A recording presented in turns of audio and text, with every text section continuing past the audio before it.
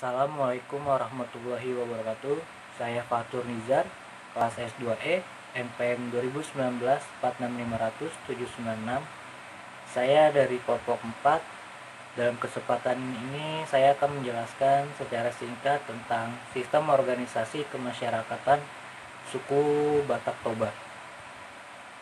Kekerabatan pada masyarakat Batak memiliki dua jenis, yaitu kekerabatan yang berdasarkan garis keturunan atau genealogis dan berdasarkan pada sosiologis. Semua suku bangsa Batak memiliki marga. Inilah yang disebut dengan kekerabatan berdasarkan garis keturunan. Sementara kekerabatan berdasarkan sosiologis terbentuk melalui perkawinan. Sistem kerabatan muncul di tengah-tengah masyarakat karena menyangkut hukum antar satu sama lain dalam pergaulan hidup.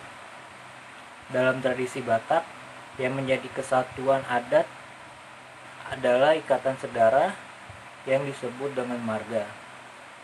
Suku bangsa Batak terbagi ke dalam 6 kategori, yaitu Batak Toba, Batak Karo, Batak Papak, Batak Simalungun, Batak Angkola, dan Batak Mandailing.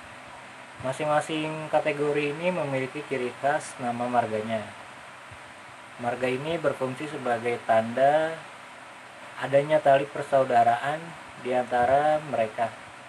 Satu kategori ini bisa memiliki banyak marga. Kali ini saya akan menjelaskan tentang sistem organisasi kemasyarakatan pada Batak Toba. Batak Toba ialah suku bangsa Batak yang berkampung halaman di daerah Toba. Salah satu contoh marga pada suku bangsa Toba yaitu Simanguncang, Marpaung, Napitupulu, dan Pardede. Kelompok kekerabatan Batak diambil dari garis keturunan laki-laki atau patrilineal. Seorang Batak merasa hidupnya lengkap jika ia memiliki anak laki-laki yang meneruskan marganya.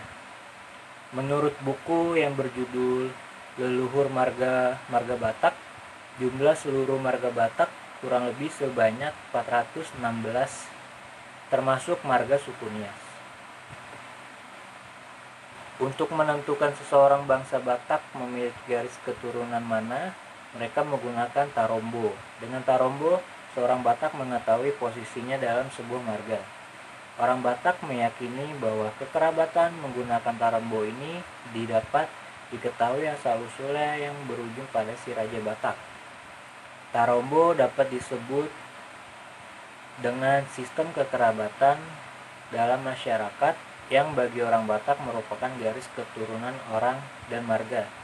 Dalam tarombo ini nampak asal-usul dari marga tertentu dan asal-usul marga tertentu mulai dari Raja Batak. Dari tarombo jelas dalam garis keturunan tertentu generasi keberapa seorang dari Raja Batak dan generasi keberapa pribadi individu tersebut dari sejak munculnya marga yang bersangkutan. Bagi Batak Toba, si Raja Batak adalah anak perempuan dari keturunan Debata Muljadi Nabolon, Tuhan pencipta bumi dan isinya. Tuhan ini memerintah ibu si Raja Batak untuk menciptakan bumi, dan ibunya tinggal di daerah bernama Sianjumur mula-mula. Daerah tersebut menjadi tempat tinggal si Raja Batak dan keturunannya. Daerah ini adalah tanah Batak di mana tempat seluruh orang Batak berasal. Dalam sistem kekerabatan, yaitu perkawinan, bagi bangsa Batak, khususnya Batak Toba, sesama satu marga dilarang untuk mengawini. Jika melanggar ketetapan ini, maka si pelanggar akan mendapatkan sanksi adat. Hal ini ditunjukkan untuk menghormati marga seseorang juga supaya keturunan marga tersebut dapat berkembang.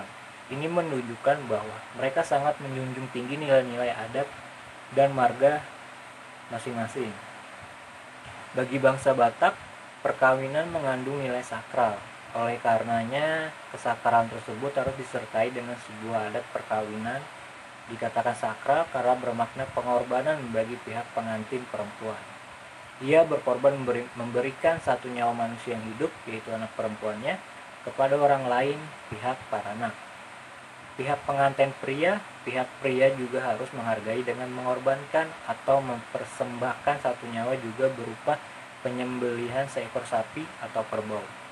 Hewan tersebut akan menjadi santapan atau makanan adat dalam ulaon atau adat perkawinan Batak. Terdapat beberapa rangkaian upacara adat perkawinan bangsa Batak. Rangkaian pertama sebagai pembuka adalah Mangariksa dan Pabangkit Hatta. Mangariksa adalah kunjungan dari pihak mempelai laki-laki kepada pihak wanita, lalu dilanjutkan dengan proses pembangkit hatta atau lamaran. Rangkaian kedua adalah Marhori Hori Dinding, yaitu membicarakan lebih lanjut mengenai rencana perkawinan serta pestanya. Ketiga adalah Patua Hatta, yakni para orang tua memberikan petuah atau nasihat sebagai bekal kepada kedua mempelainya nanti. Proses ini merupakan proses yang amat serius. Keempat adalah rangkaian yang dinamakan Marhata Sinamot, yakni pihak pria mendatangi pihak wanita untuk membicarakan uang jujur atau dalam bahasa Batak adalah tukor. Selanjutnya adalah Pudum Sauta atau makan bersama kedua belah pihak. Makanan yang dibawa berasal dari pihak pria. Lalu dilanjutkan dengan rangkaian keenam yakni Martumpol, yaitu penandatanganan surat persetujuan kedua belah pihak. Kemudian rangkaian ketujuh adalah Martonggo Raja, yaitu upacara pernikahan yang akan digelar. Proses ini memberitahukan kepada masyarakat mengenai pernikahan yang akan digelar.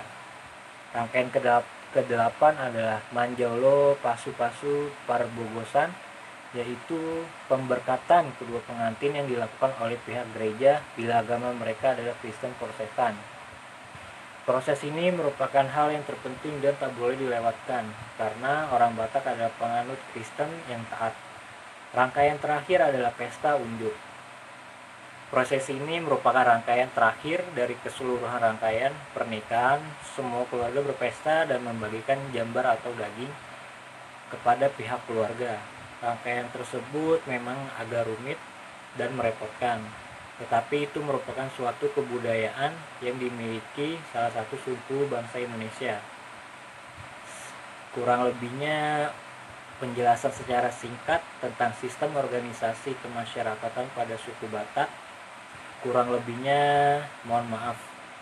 Wassalamualaikum warahmatullahi wabarakatuh.